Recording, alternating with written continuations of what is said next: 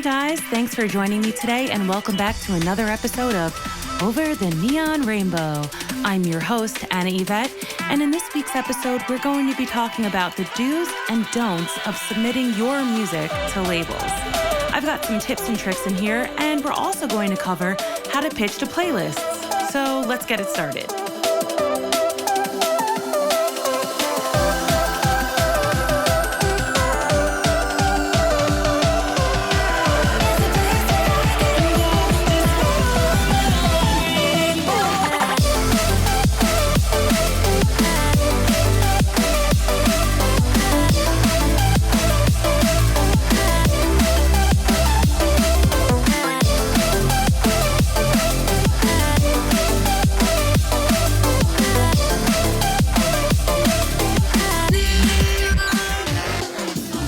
First off, if you've reached the point where you're ready to submit your song to a label, congratulations. It takes so much time and energy and love to create a piece of music that you are truly proud of and believe in. So congratulations to you. Seriously, this is a huge accomplishment.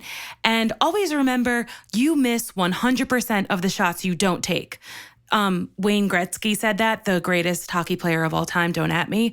But I always think of that quote whenever I doubt myself or my work, like, hey, I will definitely miss out on this opportunity if I don't at least go for it and try.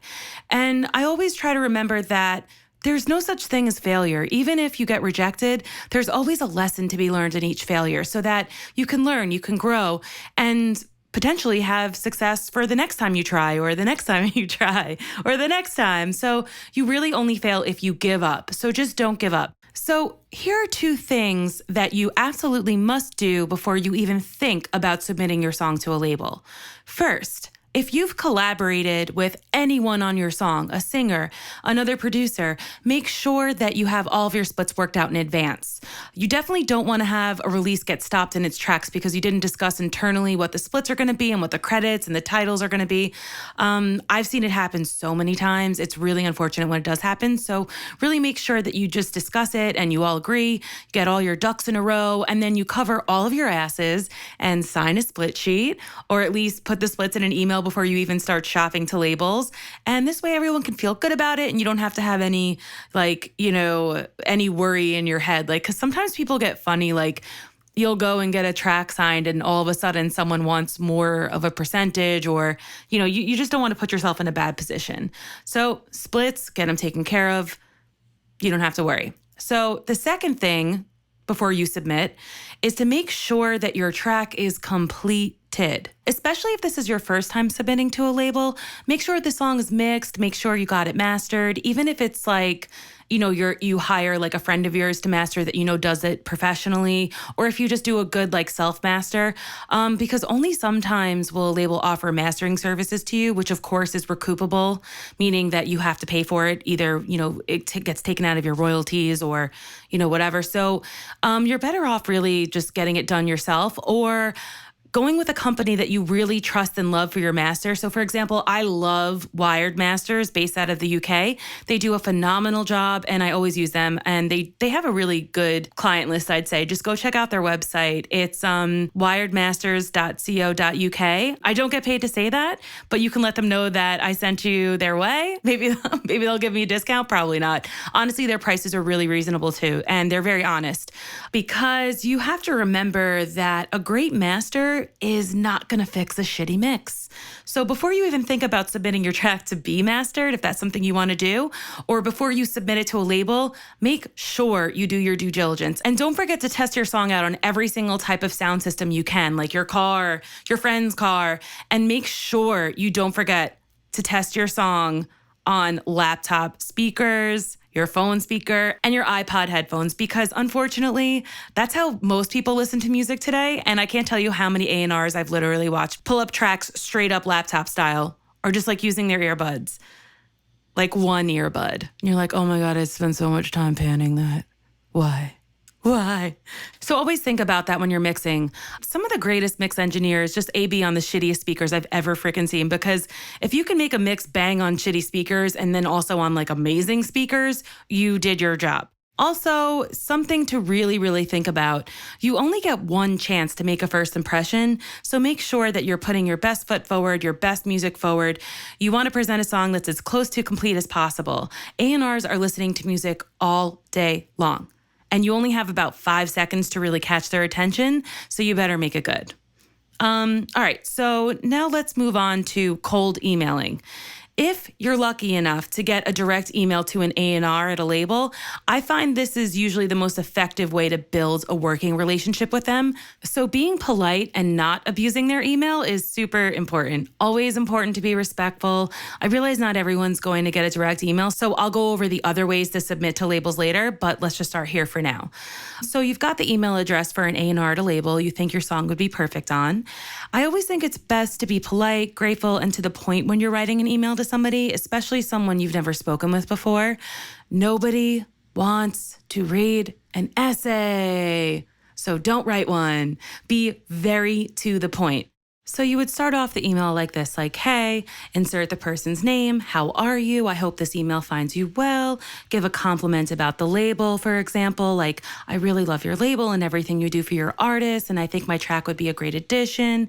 Then go into 1 to 2 sentences max describing yourself, who you are as an artist, and some of your major accolades so far. But make sure that these are things that align with the label's interests or the artists that are already on that label.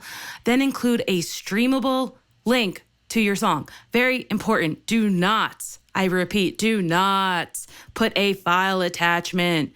Typically, if you put a file attached in an email, it'll get filtered to the trash without them even seeing it. And also, nobody wants to take up all that space on their hard drive, like downloading songs. Like, I don't want to do it. So streamable links only, SoundCloud or Dropbox. I'd actually really suggest using SoundCloud because you can see if they've listened and how many times, and then round off the email by thanking them for their time and that you look forward to hearing from them soon. So for example, and this is a totally hypothetical example of an email that I would write from the perspective of someone who hasn't had any label releases yet. Let's say I'm submitting to Gemstone, which is a new imprint under Hardball's label, and they do a lot of like electropop and future house, and the head of A&R is Sebastian. And let's also pretend that I've never spoken to him before and just making this email like, this is completely pretend so that you'll know like what to include or how this email's like should go. So this is how I would start off. I'd say, hey, Sebastian, how are you? I hope this email finds you well. My name is Yvette. I'm an artist, producer, singer based out of New York. I've been independently releasing music for 3 years and have over 500,000 Spotify listeners. I've received support from Charming Horses and Rich Edwards. They've played my song, blah, blah, blah, and they're set at Tomorrowland. I've always been such a huge fan of Revealed and Hardball, and I'm really inspired by the direction of the new Gemstone imprint. I've just finished up a new electro-pop song that I think would fit well. Then you insert streaming link to your song and then say, thank you so much for your time. I really appreciate it, and I look forward to hearing from you. Sincerely, Yvette. And then in the end, make sure that your email signature are links to all of your website, like to your website and your socials. So Twitter, Instagram, Facebook, SoundCloud, Spotify, anything that's pertinent that you want them to see. And that's it. That's the email. So now notice how short that email was, but I hit key aspects. I was polite. I asked how he was. I introduced myself. I gave a short description because honestly, you want the track to speak for itself. And if someone is interested in you, they will definitely Google you. I also mentioned that I've received support from artists that they work with, Charming Horses and Rich Edwards, by saying they played my songs at Tomorrowland. I wish. So you really want to include any information that lets the label know that people already know who you are, you already have a fan base, and people already are supporting you is really great. Now, cosigns are always nice, but they're not necessary. And I know like you're not going to really have that many when you're first starting out, but they do help. The other thing I can say that is so important is do not lie about support. Only say that someone supports your track if they've actually supported it. And paying for a SoundCloud repost by a big artist does not count, just FYI. And by support, I mean they've played your song live in their sets or a radio show, not if they saw your Snapchat or Insta story for 10 seconds where you were working on a clip of your track. Like that's not support. So please don't lie about it. We know when you lie about it. I can't stress that enough.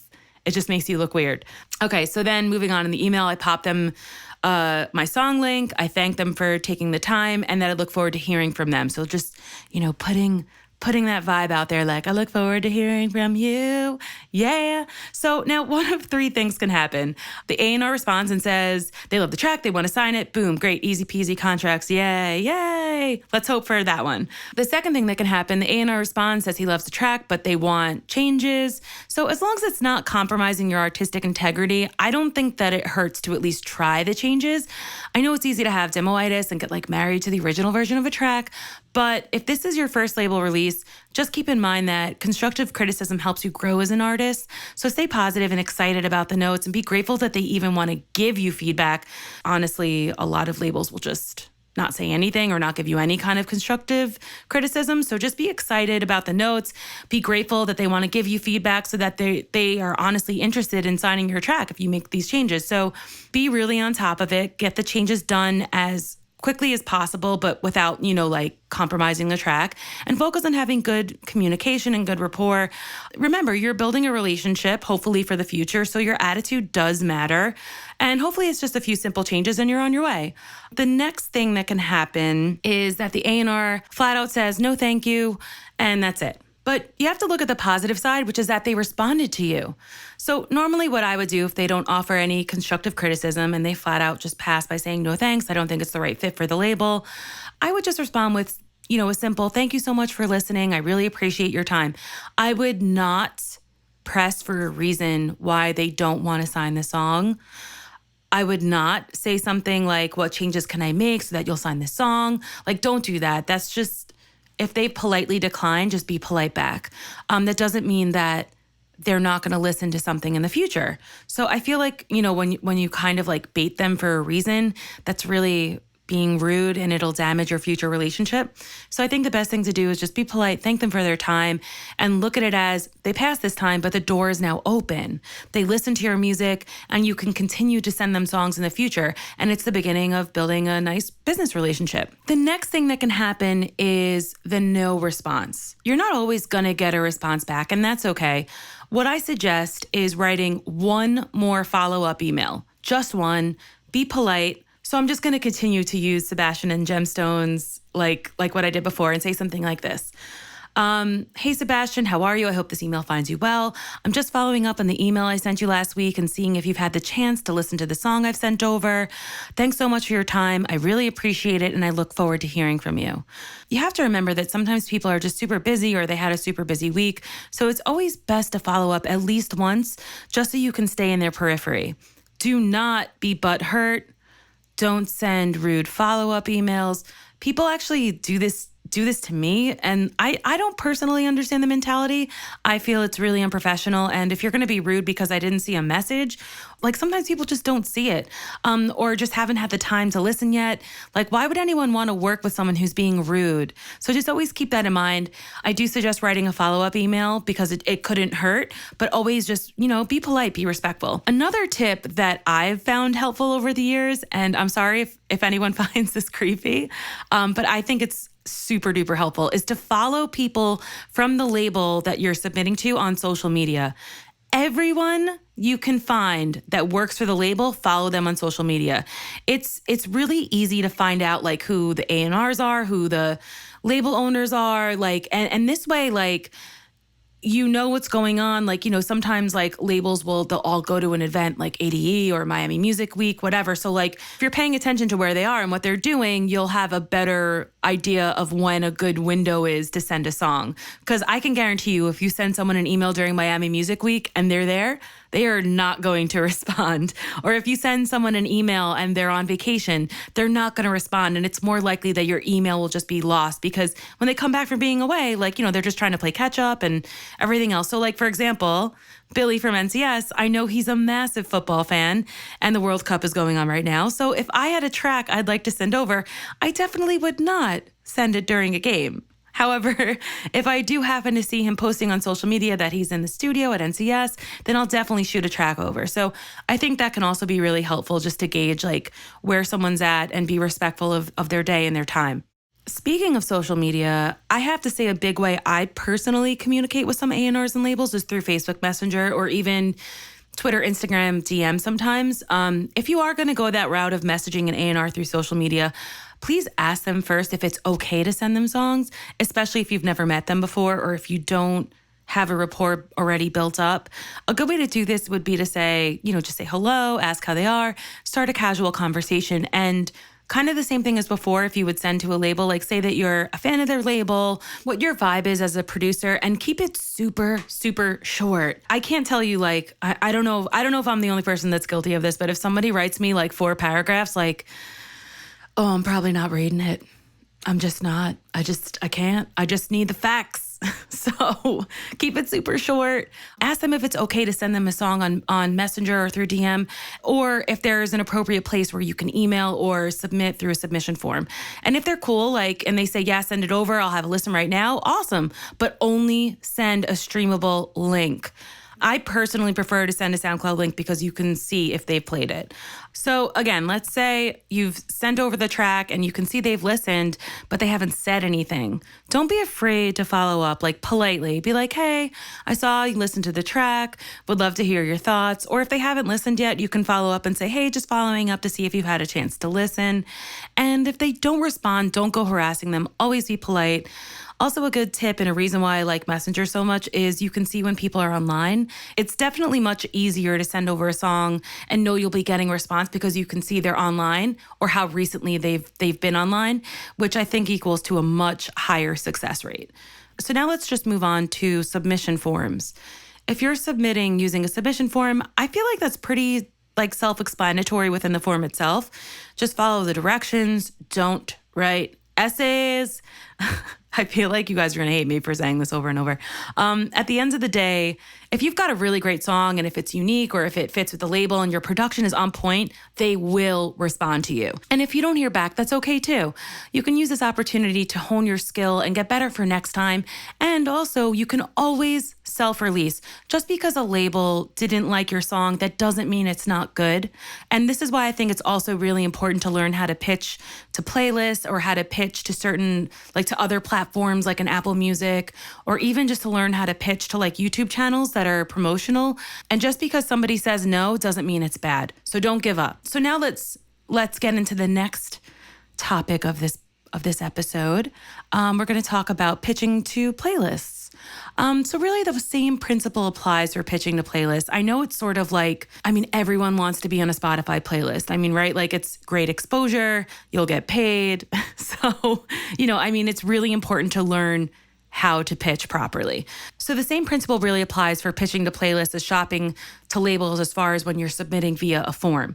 A great example is the form that Austin Kramer uses for all the playlists that he curates. So if you don't know who Austin Kramer is, he works over at Spotify and he curates New Music Friday Crate Diggers, Fresh Electronic, Mint. That's just some of the dance-oriented playlists that he does. He's really great. He really takes the time to listen to new music.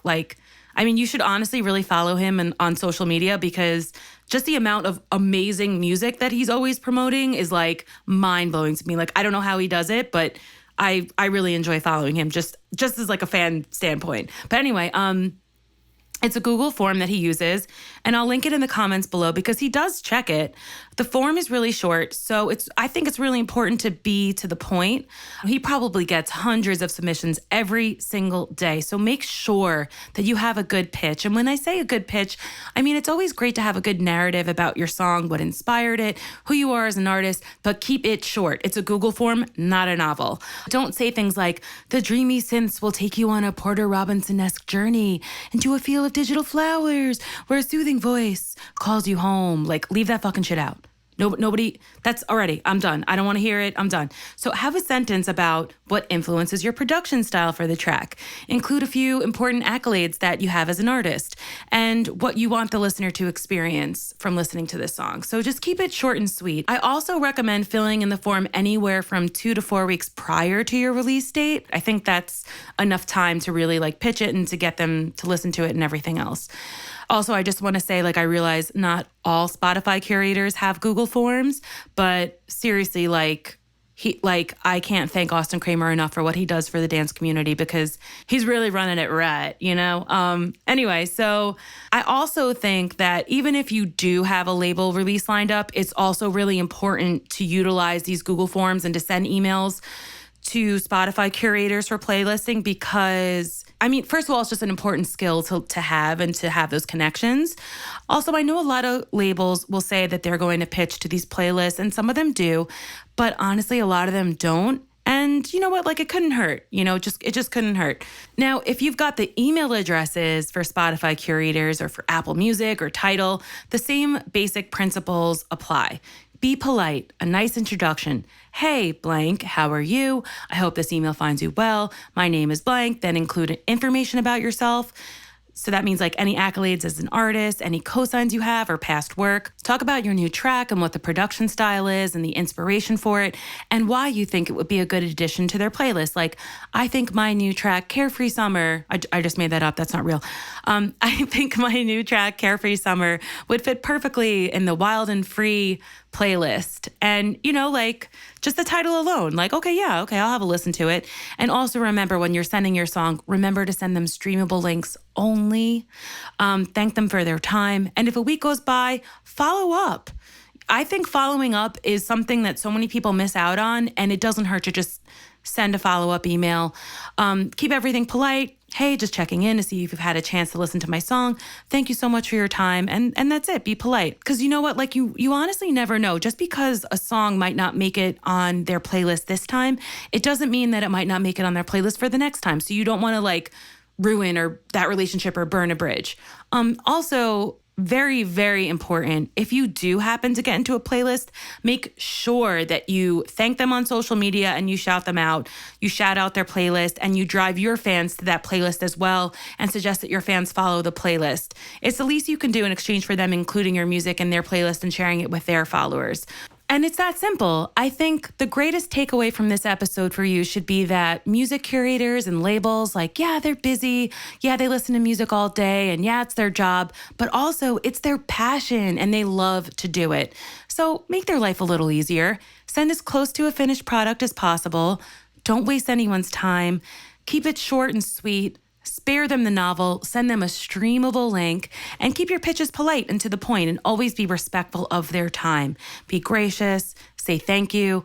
Even if they never hit you back, always be gracious and say thank you, and always send a follow-up email. You never know. They might hit back, they might not, but at least they can see that you're being consistent, you're professional, you're polite, and yeah, like that's it. So I think that wraps up our episode for today. I hope that this has been helpful and you feel confident and a little bit less nervous about submitting your songs to labels and pitching them to playlists. And I just want to thank you guys so much for listening today, and we will see you next week for another episode of Over the Neon Rainbow. Bye guys, take care.